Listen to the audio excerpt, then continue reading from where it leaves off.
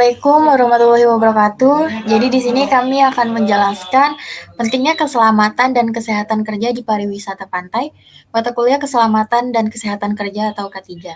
Jadi sebelumnya kami akan memperkenalkan diri. Kami dari kelompok 8 yang beranggotakan Abdul Salam dengan NIM 14181002, Ainaya Fatika Rogni dengan NIM 14181004, Fitri Indah Permatasari dengan NIM 14181013, Yuri Pasaruan dengan NIM 14181031 dan Maya Ramatika dengan NIM 14191026, dengan dosen pengampu Ibu Destiariani Liana Putri STMT. Oke, untuk selanjutnya di sini ada apa itu K3 atau keselamatan dan kesehatan kerja.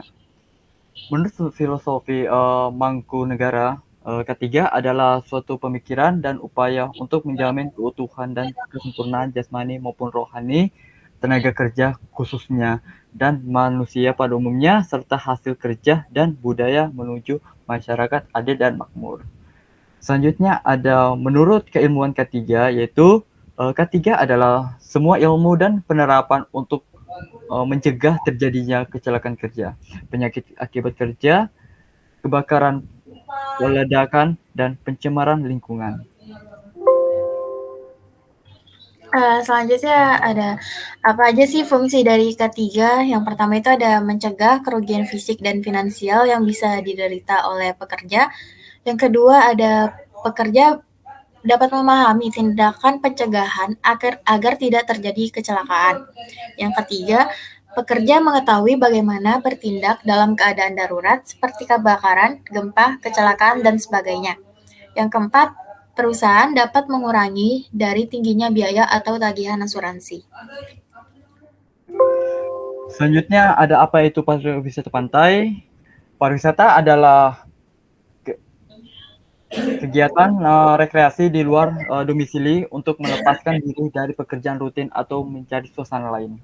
Lalu ada pantai, merupakan sebuah bentuk geografis yang terdiri dari pasir dan terdapat di daerah pesisir laut.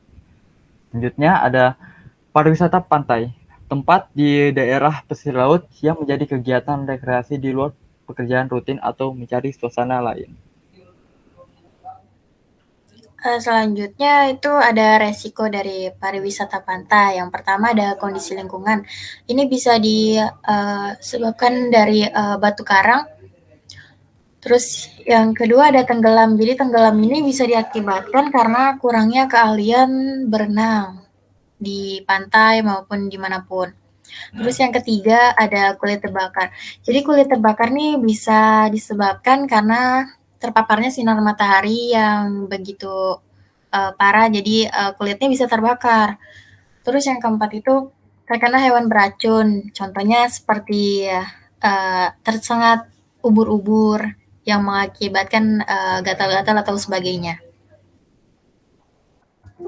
Oke, selanjutnya ada pencegahan cedera dan penyakit terkait pekerjaan. Yang pertama, ada menyadarkan para karyawan mengenai bahaya-bahaya yang berhubungan dengan pekerjaan mereka.